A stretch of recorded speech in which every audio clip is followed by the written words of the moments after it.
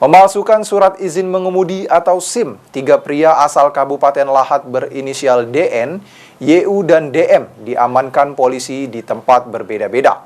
Berikut dengan barang bukti SIM yang telah dipalsukan oleh para tersangka.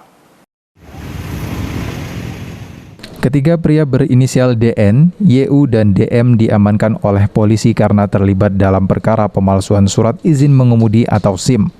Para tersangka diamankan di tempat berbeda, di mana tersangka DN selaku pemilik usaha percetakan sekaligus otak dari kasus ini diamankan di tempat usahanya.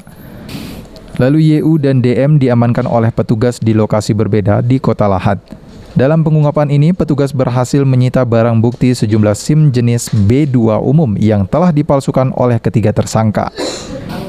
Diungkapkan oleh Kanit Pidum Polres Lahat, kasus ini terungkap atas kehebohan warga yang memiliki SIM B2 umum. Padahal Polres Lahat tidak pernah menerbitkan.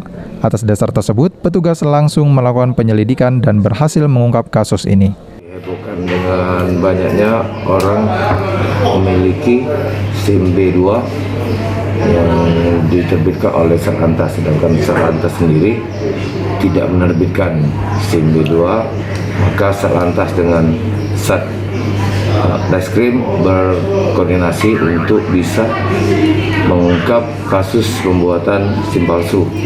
Alhamdulillah, syukurillah, setelah melakukan penyelidikan lebih kurang 2 minggu, kita bisa dapat mengungkap pembuat SIM palsu yang terjadi di.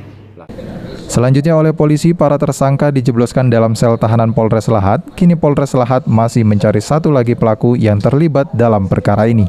Firman Hidayat, PAL TV.